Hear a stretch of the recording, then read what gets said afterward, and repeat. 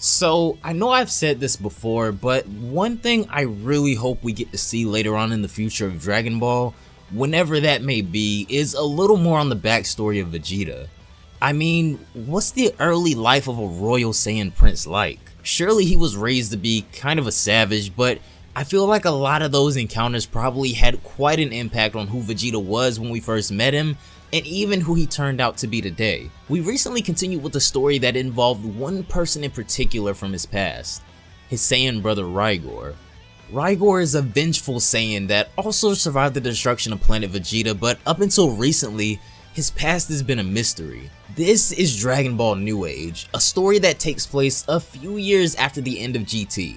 If you guys are interested, the link to the story will be down below in the description box, and also follow me on Twitter to stay up to date with all Dragon Ball related content. But without further ado, I got swords on my back, set my right back. Ninjas with me, niggas. Stars that these bitches.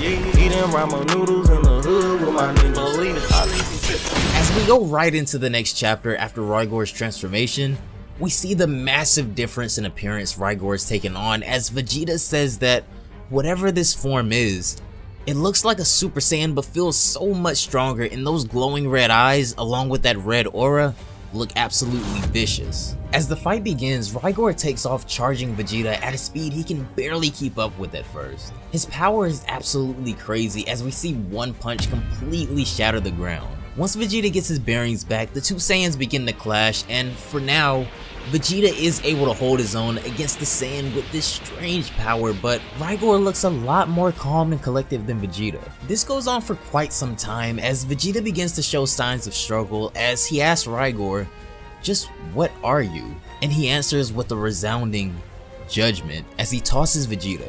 As he flies through the air, Vegeta tries to blast beneath him to keep Rigor at bay, but it does literally nothing to him. He flies straight through them and chops Vegeta in the back of the neck, sending him flying into the ground. He lands and then looks straight up to send another blast Rigor's way, but just like the previous attack, it does little to no damage to him as he flies right through it effortlessly, causing a huge explosion.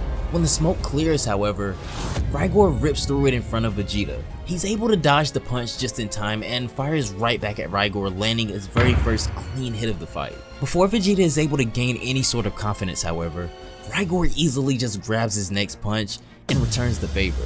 Rigor comments that Vegeta hit way harder when they were kids, which angers him, as he asks, does Rigor think this is some type of joke or something? Rigor simply repeats himself from earlier, saying that he wants Vegeta to feel that there was absolutely nothing he could do, so they give him his best shot. Fired up now, Vegeta gets back on his feet and prepares one of his most powerful attacks. Planning to finish this in one shot, Vegeta puts most of his energy into this next technique, and he releases his final shine attack. Even though this may be one of Vegeta's most powerful attacks, Rigor makes it a point to show just how much stronger he is than Super Saiyan 4 Vegeta by kicking his attack into the air, as Vegeta can only look on in astonishment as his attack was reduced to a joke. As the fight seems to be coming to a climax, it doesn't seem like there's too much more Vegeta may be able to do, as it's clear that Rigor is leagues stronger than even a Super Saiyan 4 in this form. The next thing Rigor asks Vegeta is, how does it feel to face a future you can't change, or a fate you can't outrun? Speaking really cryptic but still not being really descriptive. How does it feel to know that through all of his boasted might, that right now, he is completely and utterly powerless?